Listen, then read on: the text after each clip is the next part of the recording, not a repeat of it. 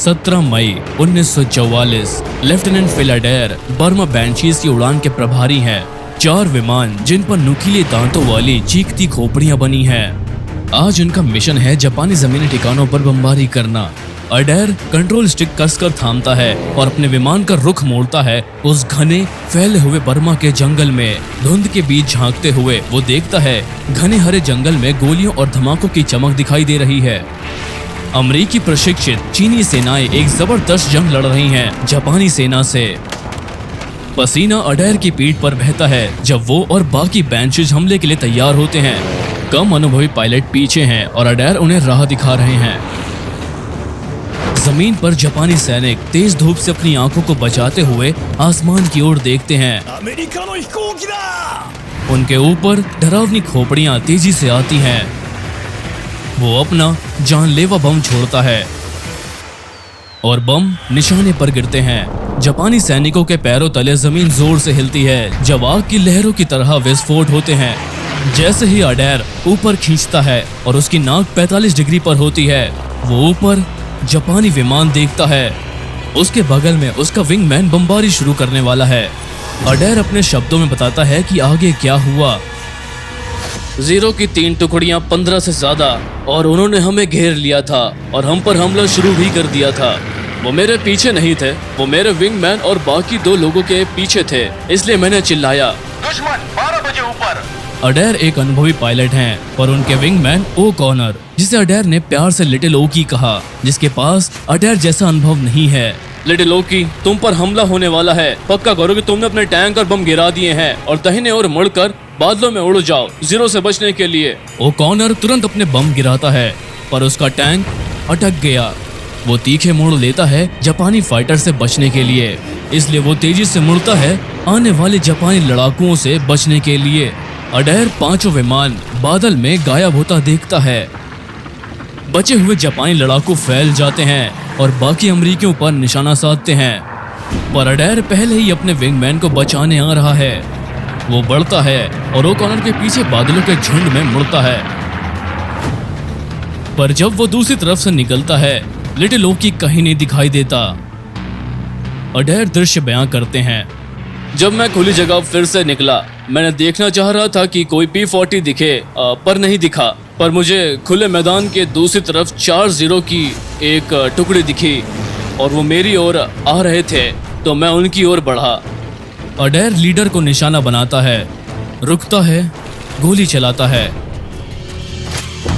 63 गोलियां जापानियों की ओर बढ़ती हैं, पर रेंज में आने से पहले जापानी लड़ाकू हट जाते हैं। अडेर बादल में उड़कर पीछा करने से बचता है, पर जब वो दोबारा आसमान में निकलता है, वहां जापानी लड़ाकू अभी भी हैं। 4 विमानों की एक और टुकड़ी नजर आती है। मैंने उनके साथ भी वही किया। मैं उनकी ओर बढ़ा और पहले 3 रेंज में आने से पहले बाईं ओर मुड़ गए, पर चौथे पायलट ने ऐसा नहीं किया।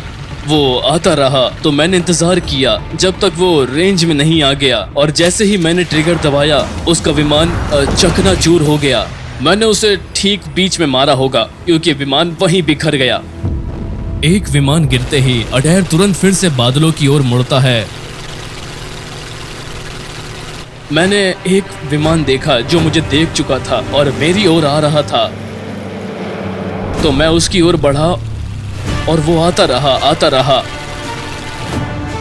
जब वो मेरे निशाने में काफी बड़ा दिखने लगा तो मुझे लगा कि अब वो मेरे पूरे रेंज में है, तो मैंने ट्रिगर दबाया और गोलियां चलाई। वो भी मुझ पर हमला कर रहा था। गोलियां तो नहीं दिखी, पर मुझे पता था कि वो क्या कर रहा है। मुझे ट्रेसर्स दिखे थे और अचानक वो मेरे निशाने में कैनोपी इतनी बड़ी दिखने लगी कि मैं जान गया वो मेरे बहुत पास है। वो मेरे विमान के ऊपर से निकला और जब वो गुजरा तो इतना पास था कि वो मुझे सुनाई देने और महसूस होने लगा। वो गुजरा। जैसे ही वो गुजरा मैं पलटा और नीचे की ओर बढ़ा, और जब मैं उल्टा हुआ तभी मैंने एक 0 देखा जिसके ऊपर चमकीला हरा रंग था, बेहद चमकता हुआ सा। वाह, ये कमाल है। तो उसके गुजरने के बाद मैंने देखा कि दूसरी दिशा से एक 0 नीचे से मेरी ओर आ रहा था। ऊंचाई का फायदा उठाते हुए अडैर विमान को मोड़ते हैं और कुशलता से जापानी लड़ाकू के पीछे पहुंचाते हैं। जापानी हायाबुसा या पेरेग्रीन फैल्कन अडैर की नजरों में आ जाता है और अडैर उसे डराने के लिए टेढ़ी मेढ़ी गोलियां दागता है। विंग्स चकनाचूर हो जाते हैं और धड़फट कर चट्टानों की ओर गिरने लगता है।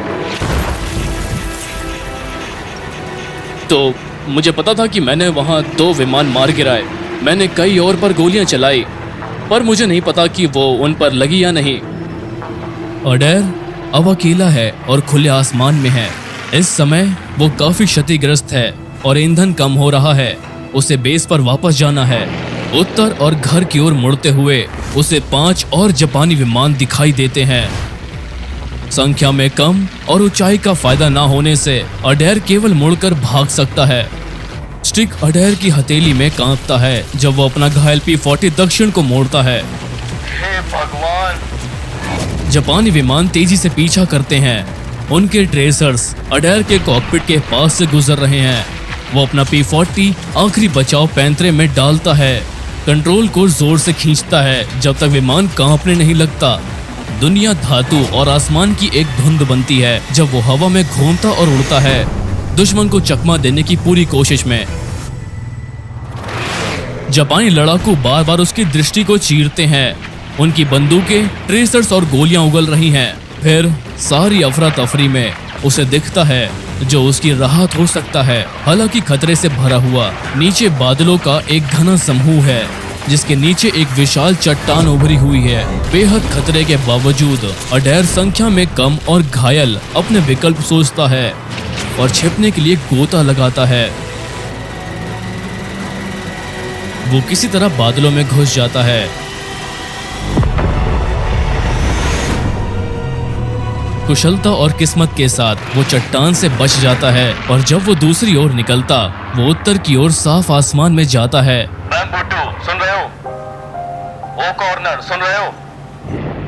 मैंने चक्कर लगाया, अपनी टुकड़ी को पुकारा तो मुझे लगा कि मैंने पहली बार अपनी पूरी टुकड़ी को खो दिया है और मैं ही अकेला था। मुझे ये अच्छा नहीं लग रहा था। वो ठंडा पड़ जाता है जब वो अपना घायल लड़ाकू नागागुली की ओर मुड़ता है। वो क्षितिज पर अपने गुमशुदा साथियों का कोई निशान ढूंढता है। धुंध के बीच एक जाना पहचाना लाल नाक वाला P-40 दिखता है। अडैर खुश है कि वो ओ कॉर्नर है, आसमान में लंगड़ाता हुआ। अडैर उड़कर ओ कॉर्नर के घायल विमान का जायजा लेता है। उसके विमान का बेली टैंक अभी भी लगा है पर ढांचे में कई छेद हैं। एक खुरदुरा छेद है जहां 20 mm का गोला कैनोपी को चीर जाता है और ओ कॉर्नर कॉकपिट में गिरता है। उसकी उड़ान वर्दी खून से भीगी है। लाल धुंध में ओ कॉर्नर अडैर का विमान देखता है और उठकर अपने खराब यंत्रों की ओर इशारा करता है, पर इंजन से धुआं नहीं निकल रहा और ना ही धातु पर कोई फ्लूइड बह रहा है। वो उत्तर में नागागुली की ओर मुड़ते हैं। खाली आसमान में 2 जीवित लोग। रेडियो खड़खड़ाता है और एक कमजोर आवाज सुनाई देती है। बैम्बू प्रमुख, ये बैम्बू 3 है, आप सुन रहे हैं? वो टॉम रॉजर्स है। वो अडैर को बताता है कि सडिया के ऊपर P-40 में चक्कर काट रहा है, अपने विमान की हालत में अकेले लैंडिंग की असमंजस में फंसा।